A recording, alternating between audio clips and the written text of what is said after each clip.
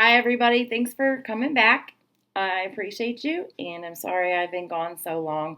But like I've always said, hey guys, if I'm quiet, that doesn't mean that I'm not busy and working. That usually means I'm working twice as hard. Now, I wanted to do a little bit of a follow up on my previous video on the Echo Lloyd case. Echo Lloyd went missing on Mother's Day of last year, 2020. In these previous videos, the second one was about the media. The first video, the one I did about her case, the lengthy one, I mentioned a neighbor. And I wanted to dig more into this neighbor and actually try to speak to this neighbor. And the neighbor's name is Josh Smith.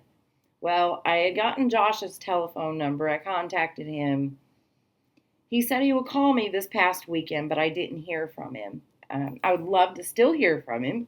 So, hey, Josh, if you're watching, the offer is still on the table. I would love to have a conversation with you or do a live, whatever you would prefer.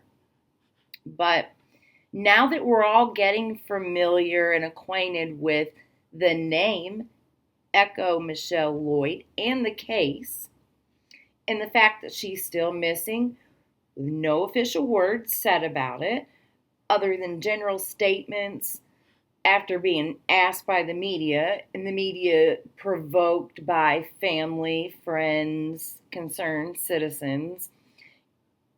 Let's talk about the circumstances and the neighbor, all of it surrounding Echo's case. Now, Josh Smith was not just a neighbor to Echo. They became more than that. But see, now Josh is, if you didn't watch the video before, I suggest you go back and watch it. But Josh lived with his grandfather next to Echo, and they were neighbors. So they were more than that. But the thing is, I think Josh's feelings were definitely more and heavier, deeper than Echo's. It seemed as if his feelings were so much stronger that it was beginning to overwhelm her. Now, she was starting to feel smothered, like he was almost taking over her house type thing, and she just didn't care for it, and she wanted to stop it. And she wasn't a confrontational person and didn't know how to go about it. Now, if you think about that, that makes a lot of sense because, first of all, you don't want bad blood with your neighbors, period, over anything. So then if you have something like that involved where there are emotions and feelings behind it, that could be a very touchy situation. So I understand her skepticism and, caution going into it. Now, according to Echo's daughter, Kelsey, Echo was so disturbed by Josh's overwhelming feelings, I guess, towards her, that she went to Kelsey's to spend the night, talk to her daughter about it, and make a plan on how she was going to address it and how she's going to speak to him about it. So she goes over there to make this plan. Now, this was a couple weeks before she went missing, and Echo ended up going home, and she didn't end up spending the night with Kelsey. So it makes you wonder, did Echo have that conversation Mother's Day weekend? Did the conversation not end well? You can't help but question these things, especially when it's shrouding someone coming up missing. A human being disappeared. When Kelsey went over to her mom's house on Friday and went through the window, she also went to Josh's house to ask if he'd seen her mother. Now, Josh told her he had not seen Echo since Thursday. Allegedly, Kelsey finds one of Echo's cell phones in his driveway. Echo had two phones. I think I said this in the first video because of her reception, where there were areas where she couldn't get it and areas where she could get it, with one phone here, one phone there type thing. It worked here and this one worked here. So she finds Echo's phone in the driveway, and allegedly Josh snatched it from her and said, "That's mine. Echo gave that to me." Well, let's also take into consideration, though, that Kelsey had also alleged that she found Echo's medication in Josh's house with Echo's car keys. Now, this left me with a ton of questions. Like I said, I contacted Josh, hoped to hear back from him. I don't know that I would hope he would answer them. If there was nothing to hide, I can't imagine why he wouldn't answer them. So on my journey to finding his phone number, it became very interesting. I got to speak to some people, one of them being Josh's next door neighbor at the time of Echo's disappearance. Now, this gentleman, I'm going to leave these other people's names out of it just because I don't see that it's important to know them. But he was sure to let me know in the very beginning, this gentleman was, that just exactly how close his neighborhood and his street was. And, just all the neighbors were very tight knit. So I don't know if that was a hint to me, but I heeded the warning just in case it was. Now, this neighbor of Josh's, and Echo's too, claims to be the one who had found Josh's grandfather that laid in the floor, that allegedly fell out of bed, laid there for 3 days, and then passed away on the 4th, I believe. So this man is the one who found Grandpa lying in the floor. And I asked him about Josh's alleged drinking and mentioned I just call it an apparatus. I don't know what it is. I need to look that up. Whatever the apparatus is that they put on your car if you get caught drinking and driving, where you have to blow into it to get your car started so they know that you are sober. And I mentioned that.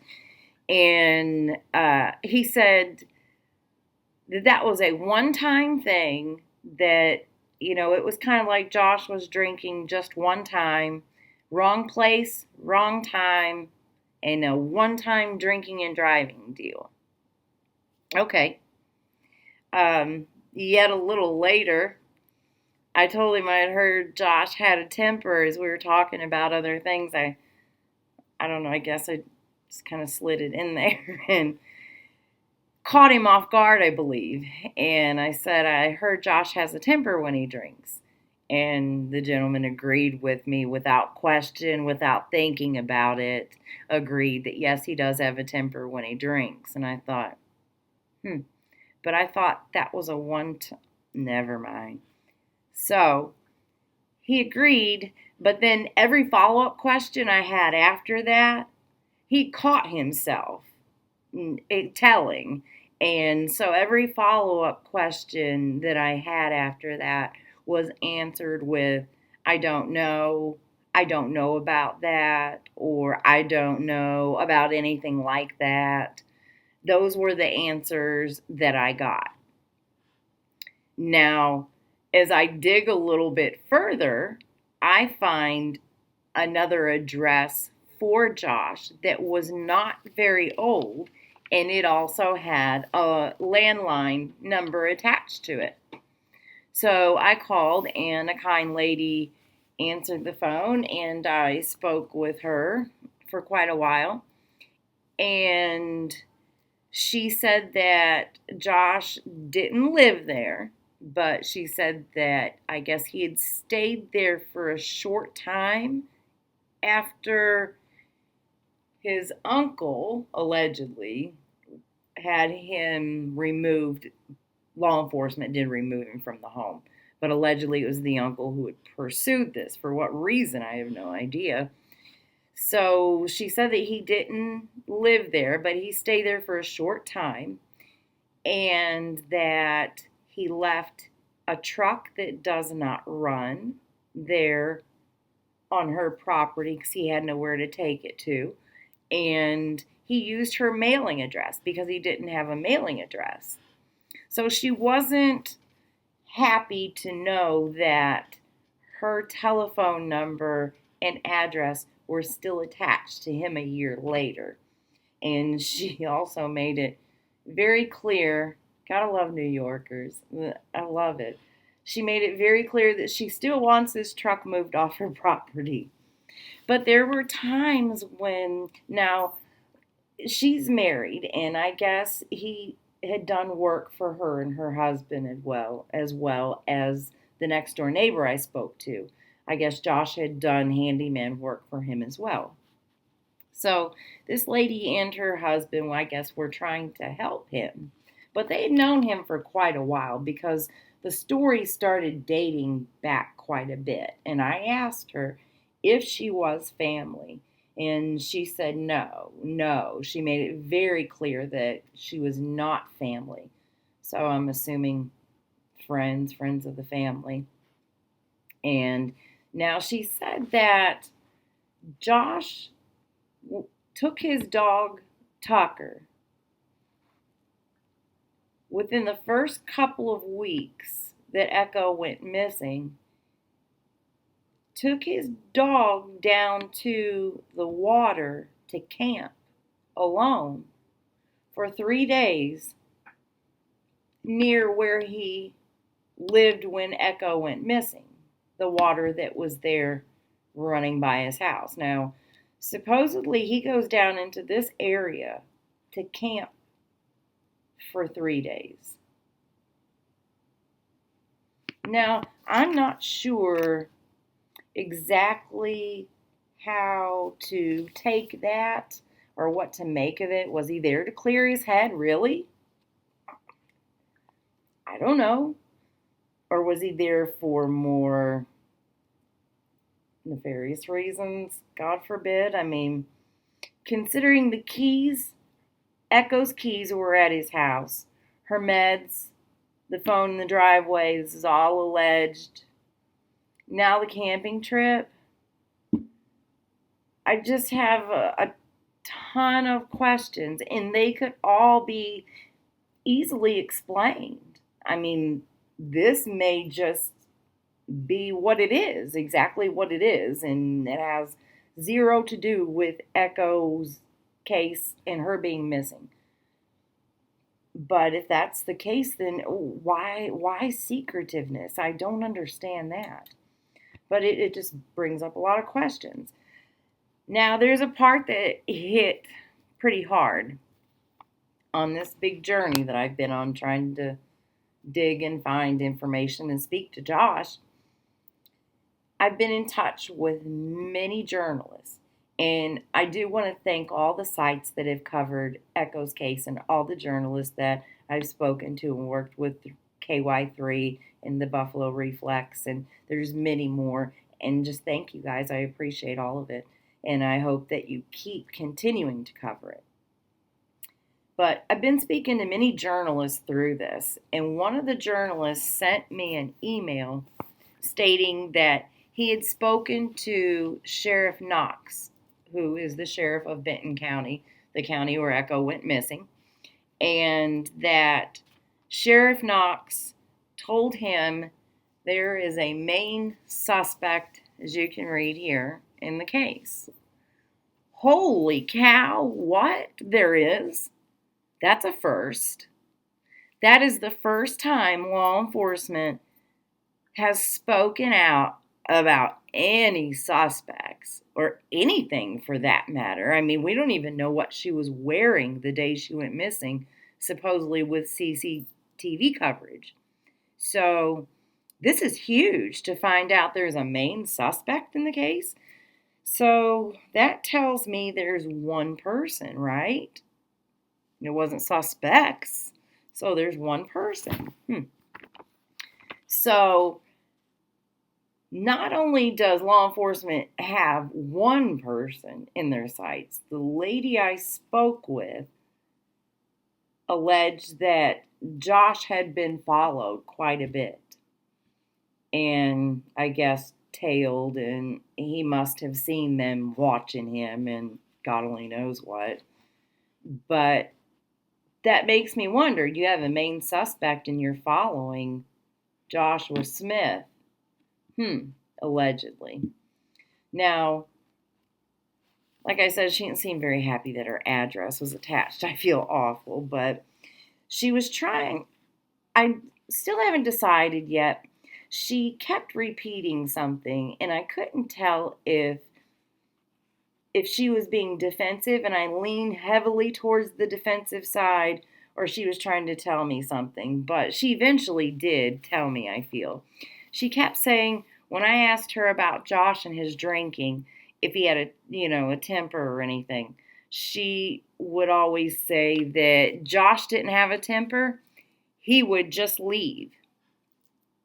Now, she kept repeating this to the point where it got odd for me and started feeling uncomfortable when she said it. I'm like, why does she keep saying that? That seems very unusual and uncomfortable for her to keep saying. He would just leave.